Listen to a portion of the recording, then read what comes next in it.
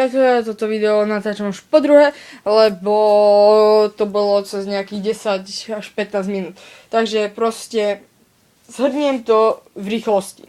Takže musím používať túto väžu, ktorá je trošku slabšia, lebo je to hi-fi, nie je to hi-fi.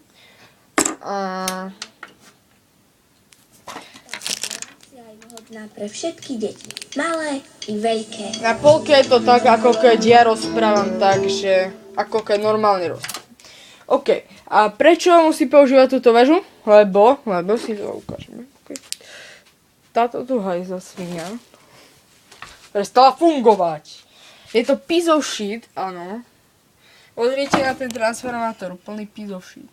Maličký, šitný, s týmto tu modrým s touto tu modrou blbosťou. A keď sa pozriete dovnútra, čo vám asi neukážem, lebo sa nechcem približovať, lebo tu sú kapacitátory. Do lampa už dochádzajú baterky. Už z toho, že to natáčam po druhé. Tak sa to pokúsim nastaviť. Tak asi nepôjde. OK, takže proste tu sú kapacitátory a môže vás to dosť potriasť. Okay.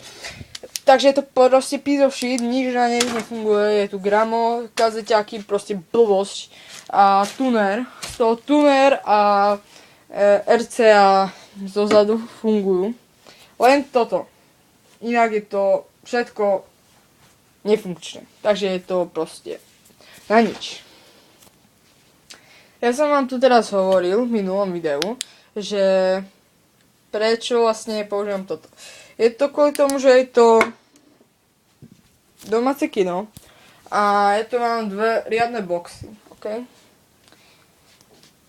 A ešte vám poviem, jak sa mi toto podarilo rozbiť. Takže tak mesiac tu mám túto väžu, tu na položenú, predtým bola tu a ešte predtým bola tu.